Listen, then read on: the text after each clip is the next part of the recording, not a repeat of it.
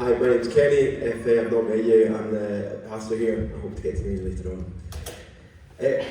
My hope is later this year or early next year, we might be able to study the book of Amos from the Bible. It's like a book of prophecy that warns people about the way that they're living and kind of calls them to turn things around, to get right with God. And if they don't, there's a reckoning coming, there's a kind of judgment coming. And I thought it'd be a really interesting book to look at this time, because our culture, I think, is like a prophetic culture right now. Like more than any time in my life, I think it's like this. There was times in the past when people used to be very optimistic about the world just getting better and better. And right now, it just feels like that's not the way people are talking. You get like almost what you could call like secular prophecy. People who don't believe in any God, but they're talking about it. You see it in the right and the left of politics. So in the left of politics, you would see a lot of kind of prophetic type words about the environment and global warming. It's like the idea is we're living in greed, we're disconnected from our world, and there's a reckoning coming, a sort of judgment. They would say natural disasters, mass migration, competition for resources, wars, they kind of all this would be predicted by that, and it's like we need to change now or this thing will happen in the future. But then in the right of politics, maybe we wouldn't talk so much about that, but they talk about kind of cultural movements and changes in society. They say things like, oh, it's just like the last days of the Roman Empire just now. Western culture is kind of destroying ourselves and we're going to have some real difficulties in the future. It's interesting, isn't it? You know, there was not many generations ago that was just full of hope we're going to build heaven on earth, and that's not the way people are talking at the moment. And it makes people, I'd say, pretty scared. I remember speaking to someone recently, a mum, and she was saying she didn't plan to have more children even though she would quite like to, because she was just worried about the world she was bringing them into. I just don't want to bring into a world that I think so many things are going to happen with climate and stuff. And when you listen to someone like Greta Thunberg, I've got no desire to throw stones at her. She seems like a really sincere person trying to say what she thinks is really important. But I think she'd say she's scared. You know, there's a great fear in our culture. And I think Christians would feel this too.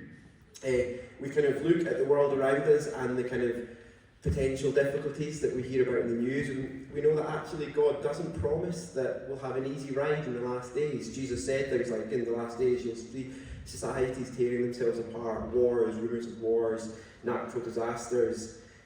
All of these are to be expected in the last days before Jesus returns. And that can kind of bring a level of fear, and sometimes Christians can worry about persecution and things in the future, and kind of like, how will I keep going? What's going to happen in the world? So I guess we have this kind of question: how can we get to a world that is good? Could get to a world that's not kind of so broken and mixed up? And kind of how can we keep going in the difficulties of this world? Well, we've been going through this series looking at the book of Genesis. We've seen loads of wow about how God has set the world up and about human life, and we've seen lots of brokenness and how brokenness came into our world as humanity kind of turned away from God. And now we're at this bit in chapter 6 that basically speaks about God's response to what we've done to the world.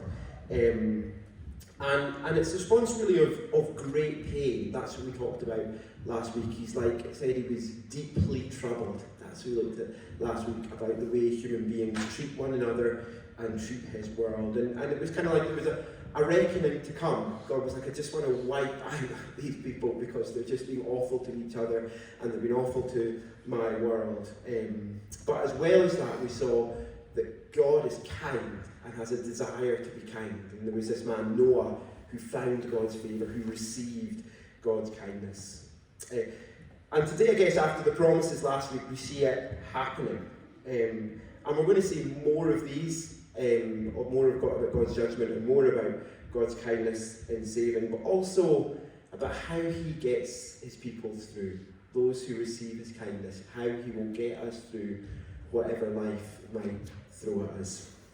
So we're going to read. I'm not going to read it all because it'd be like 10 minutes of reading I worked out, which would be a lot for everybody, and it can be quite repetitive. So you might want to go home and read this and think more on it. But last week, we chapter 6, it was this promise of this flood, this reckoning, this command for Noah to build this ark that he might be saved, and Noah does it. and then we're going to read from 7 verse 1. It says, then the Lord said to Noah, "Go into the ark, you and your whole family, because I have found you righteous in this generation.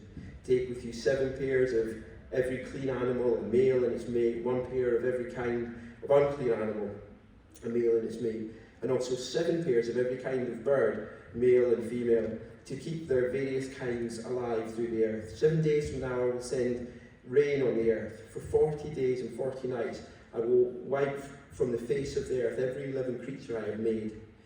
And Noah did just as the Lord commanded him. Now, Noah was 600 years old when the floodwaters came in the earth, and Noah and his sons and his wife and his sons' wives entered the ark to escape from the waters of the flood. Pairs of clean and unclean animals, of birds and creatures that move along the ground, male and female, came to Noah and entered the ark as God had commanded Noah. And after 7 days the flood waters came on the earth. In the 600th year of Noah's life, on the 7th day of the 2nd month, on that day, the springs of the great deep burst forth, and the floodgates of the heavens opened, and rain fell on the earth for 40 days and 40 nights. And then it goes on with some more details about the ark, and it finishes in verse 16 saying, God shut the door of the ark, and then the waters came. God doesn't exaggerate his judgment. What was promised in chapter 6 happens in chapter 7. Verse 11, it talks about like the springs of the deep opening up and the floodgates from heaven, great rain coming down, and the earth is covered with water to the tallest mountain. It's interesting it says it's like 15 cubits above the tallest mountain. It's interesting the boat was probably like 30, well, it says it was 30 cubits high. So about half the boat's underwater, isn't it? So he must have been like, well, our boat never hit any mountains, so it must have been that high. He must have worked it out that way. Some people would say it was maybe like a limited area that was flooded, like, because sometimes in the Bible the word worldwide is used in a way that's like just means the known world.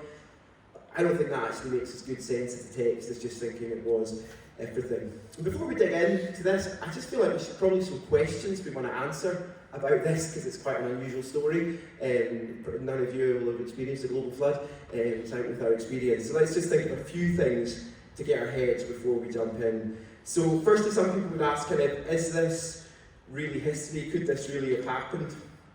I remember a while ago, a lecturer actually, a Bible lecturer, saying to me that, where did all the water come from? He was like, this doesn't really seem like it could have happened. It seems like a very big miracle that all this water could have come from somewhere to flood the whole earth. And I sort of relayed this to my friend as I was thinking about it. My friend said, what's a big miracle?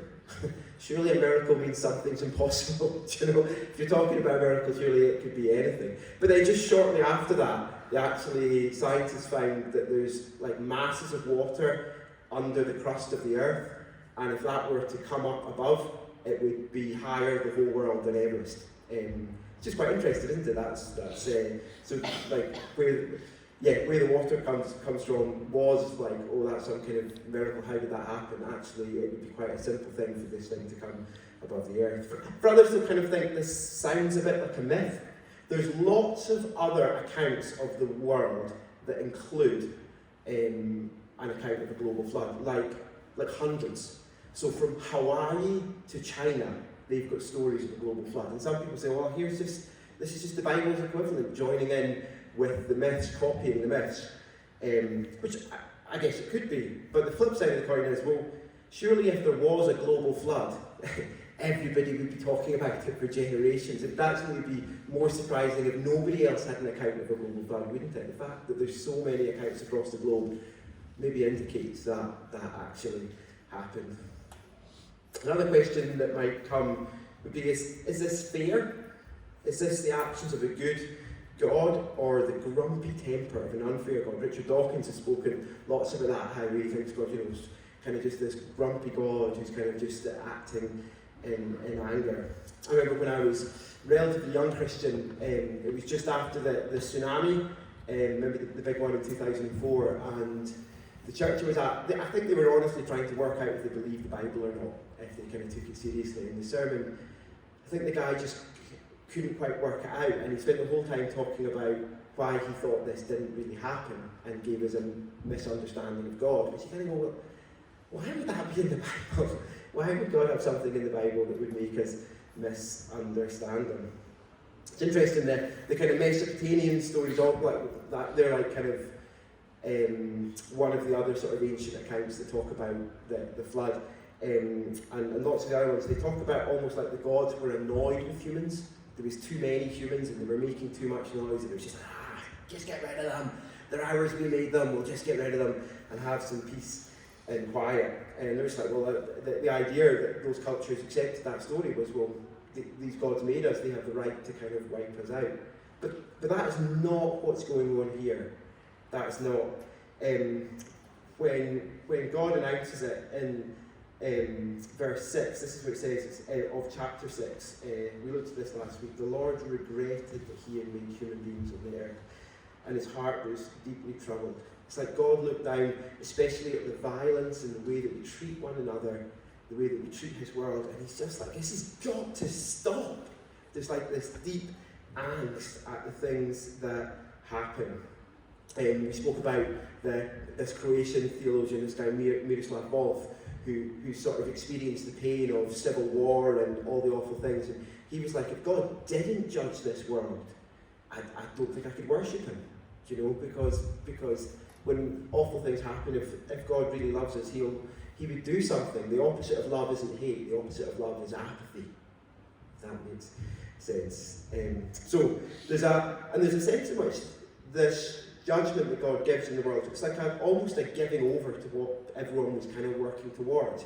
That everyone was kind of corrupting God's world, destroying each other, destroying God's world, and he almost like gives them over to that. And the flood, back in chapter 1, verse 1, you can remember about 1,000,000 weeks ago when we started Genesis, it said that when God created the world, it was like this kind of watery chaos, and they had to kind of separate the water and the sky and the land, and it's like almost God returns it to that place as a sort of reboot for the world.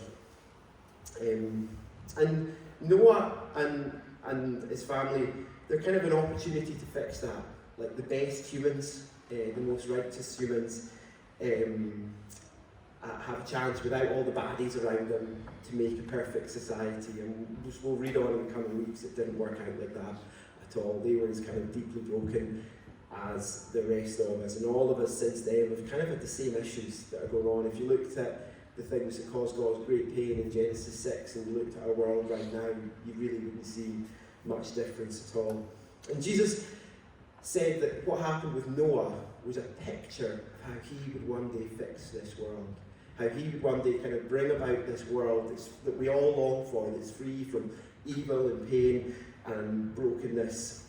I actually said that in Matthew 24. He refers to this specifically. He says this, he says, as it was in the day of Noah, so it will be at the time of the coming of the Son of Man.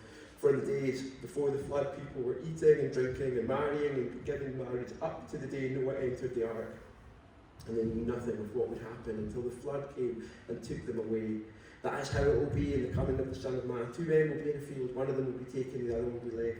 2 women will be grinding at the hammer, one will be taken, another will be left. Therefore keep watch, because you do not know the day or the hour the Lord will come. I guess this is the key thing to get on this sort of part of the talk, is like if you've kind of got bored of all the questions, you're like, I don't care about them, and you've kind of fallen asleep, this would be the time to wake up and kind of engage.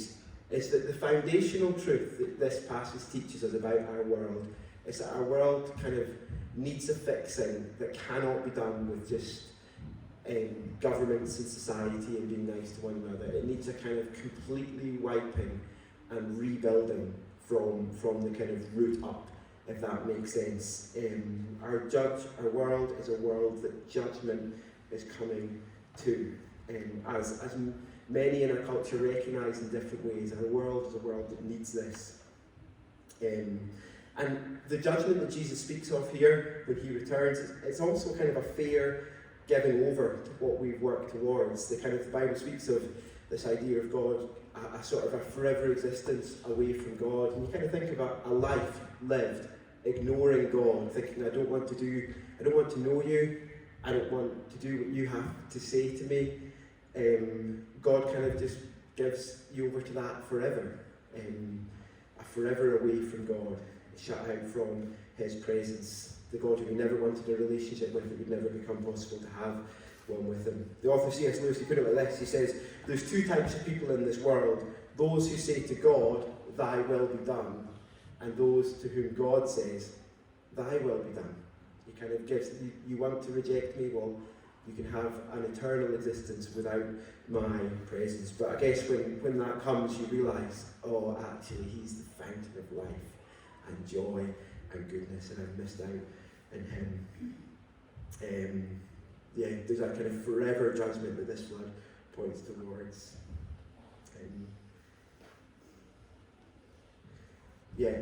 Jesus, the most loving man in the world, was the one who spoke about this most. He spoke about a place of weeping, gnashing of teeth, a forever destruction, being given over to those character flaws in us, and just being given over to sort of them to kind of take over us for more and more. Some people kind of speak about the God of the Old Testament being all grumpy, and the God of the New Testament sort of being all nice. And I think that's just when you really listen to Jesus, just that is not the case. The God of the Old Testament, we see this loving, passionate hatred of evil and a loving, passionate desire to save people. And in the New Testament, you just turn the volume up on that. You see his love is so great that he would give his only son to become one of us, to suffer for us. But his justice, is the volume is turned up on that as well. The question this passage is kind of asking each of us is, have we grasped this? Are we ready? Are we ready to meet our Maker? Are we ready for this time of justice? Getting out of judgment, it's not the main reason to follow Jesus. We'll come more to that later. It's not the big thing. Just goodness and kindness and wonderfulness and how we can become our family. That's exciting.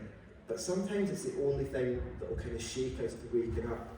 And it's something that the Bible talks about a lot. The sort of early ministers in the church, the apostles, they would say things like, save yourself from the wrath to come. They would plead with people, don't let that be you, don't let that be you.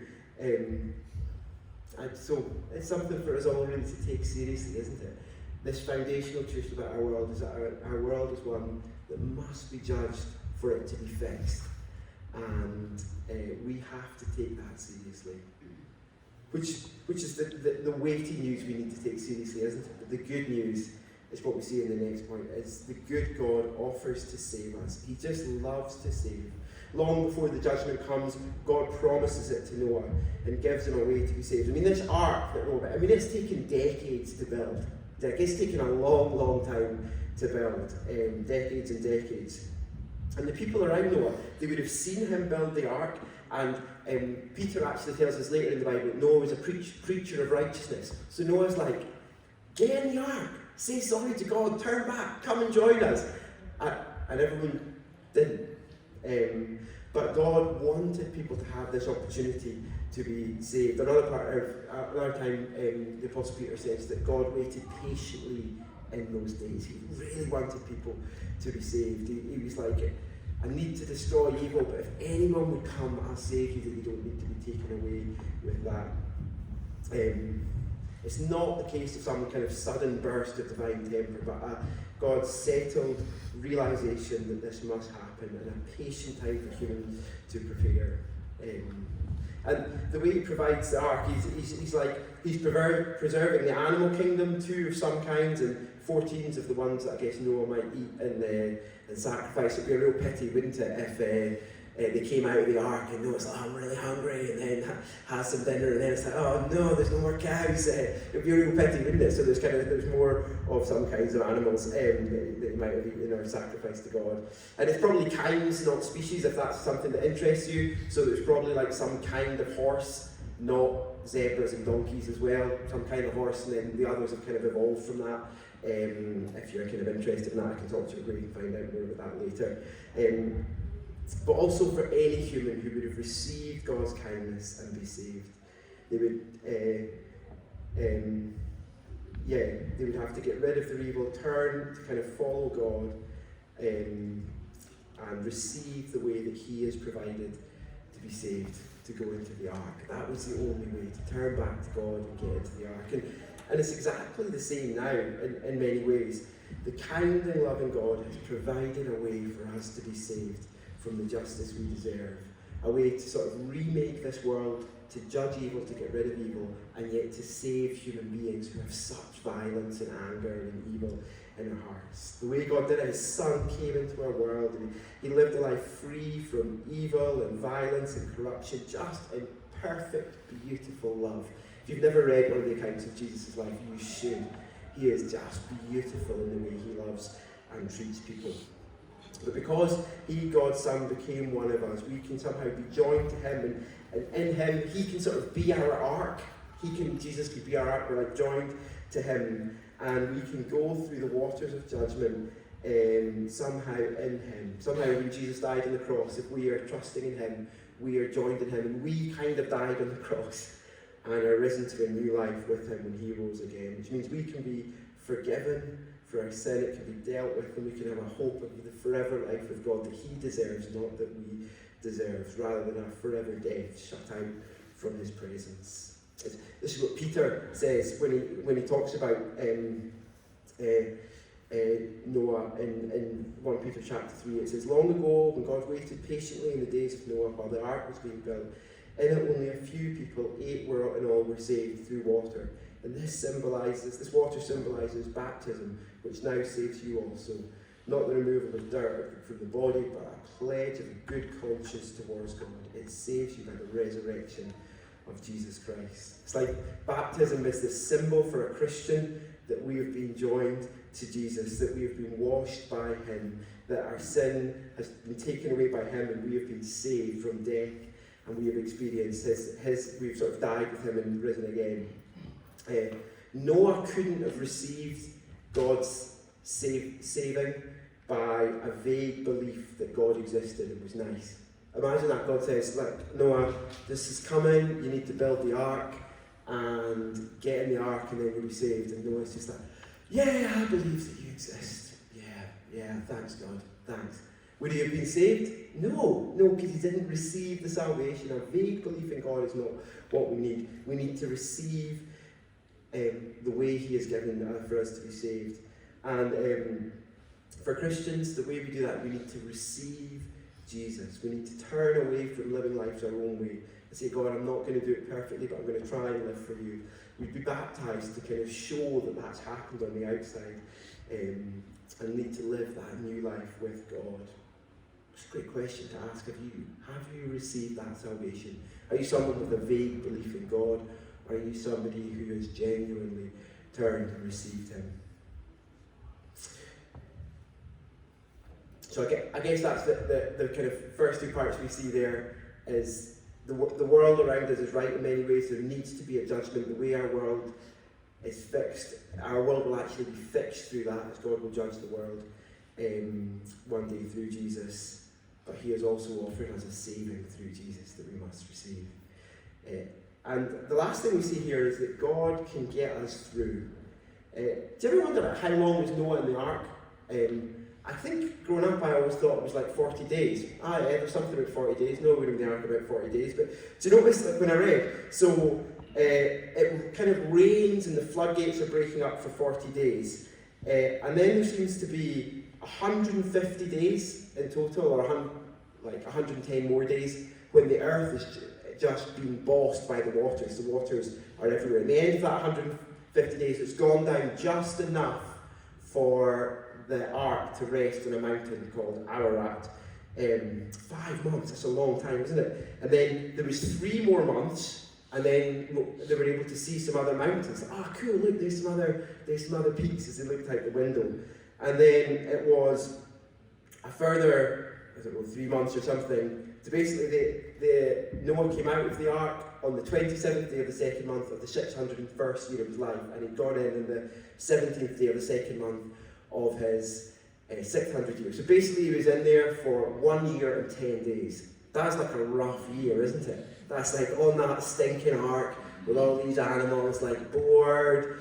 It would be a tough year, wouldn't it? But look at what it says in 8 verse 1 there. It says, "But God remembered Noah and the wild animals and the livestock that were in the ark. And he sent a wind over the earth, and the water receded." It's that remembering. It's not like the way we remember. Do you know? It's not like it's remembered like you've got a coffee date that you had, or like a stew in the stove. It's like, oh no, I forgot about him. Oh, where is he? Oh no, I'm so sorry, I forgot about you. It's not that kind of remembering. It's like through the whole thing, God was remembering Noah. God was keeping him in mind and caring for him. It's like the key driving force for bringing this renewed creation about, for getting rid of the waters so that we can live on land again, is Noah and those who are with him. And Noah, we see he's hoping in this, isn't he? He's hoping in it. He's sending out these birds. You can read about that later. We've got time to read it all. He's sending out these birds. He's like, has God done it yet? I know he's going to do it. No, he's not done it yet. Has God done it yet? I know he's going to do it. He keeps on trusting. And then we see in verse 13, I'm just going to read from verse 13 of chapter 8. By the first day of the first month of Noah's 601st year, the water had dried up from the earth. Noah removed the covering from the ark and saw the surface of the ground was dry. By the 27th day of the second month, the earth was completely dry. Then God said to Noah, "Come out of the ark, you and your wife and your sons and their wives. Bring out every kind of living creature that is with you, the birds, the animals, and all the creatures that move along the ground, so they can multiply on the earth and be fruitful and increase in number on it." So Noah came out together with all his sons and his wives and his sons' wives, all the animals and all the creatures and the birds that move along the ground, and everything that moves on land came out of the ark, one kind after another. Then Noah built an altar to the Lord, and taking some of the clean animals and clean birds, he sacrificed burnt offerings on it. The Lord smelled the pleasing aroma and said in his heart, "Never again will I curse the ground because of humans, even though every inclination of the human heart is evil from childhood, and never again will I destroy the living creatures as I have done." God brought Noah through all that difficulty, all that experience of judgment. He didn't just take him off to some perfect place away from it. He brought him through it. And it ends with Noah worshipping God, sacrificing, saying, "You are good, you are worthy, I love you." And God promising blessing for him and for the world. You know, we don't know what the coming years hold. We don't know what the political, environmental, relational, health things we will experience. But there's one thing we can be sure of. If we are God's, if we are in his ark, the ark of his Son, he will get us through. He will get us through. We just need to resolve in our hearts, I'm going to keep hoping in him. I'm going to keep trusting in him. I'm going to keep following him. I know he will get me through. He will get me to this place of worship and promise.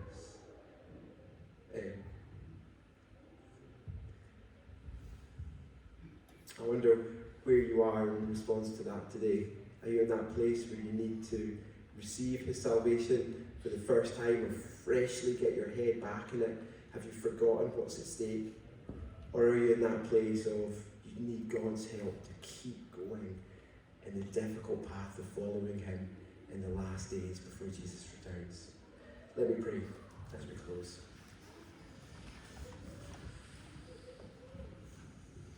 Father in heaven, we come before you in prayer, and we thank you that you are here with us and that you are speaking to us. We thank you so much that you have this desire to save us and to bless us. And we want to open our hearts to you today and receive your saving, receive your goodness, Lord. And as we look ahead to the path ahead and all the ups and downs of life you might have for us, our hope is in you, that you will get us through to that perfect renewed world when Jesus returns again. Freshly trust in you. In Jesus' name, amen. We're going to continue responding to God now as we sing that Jesus is our hope in all of these things, and that God's promises are fulfilled in him, So we hope in them. And then at the end, we're just going to rejoice that God will walk with us through all the ups and downs of life. Let's stand and sing.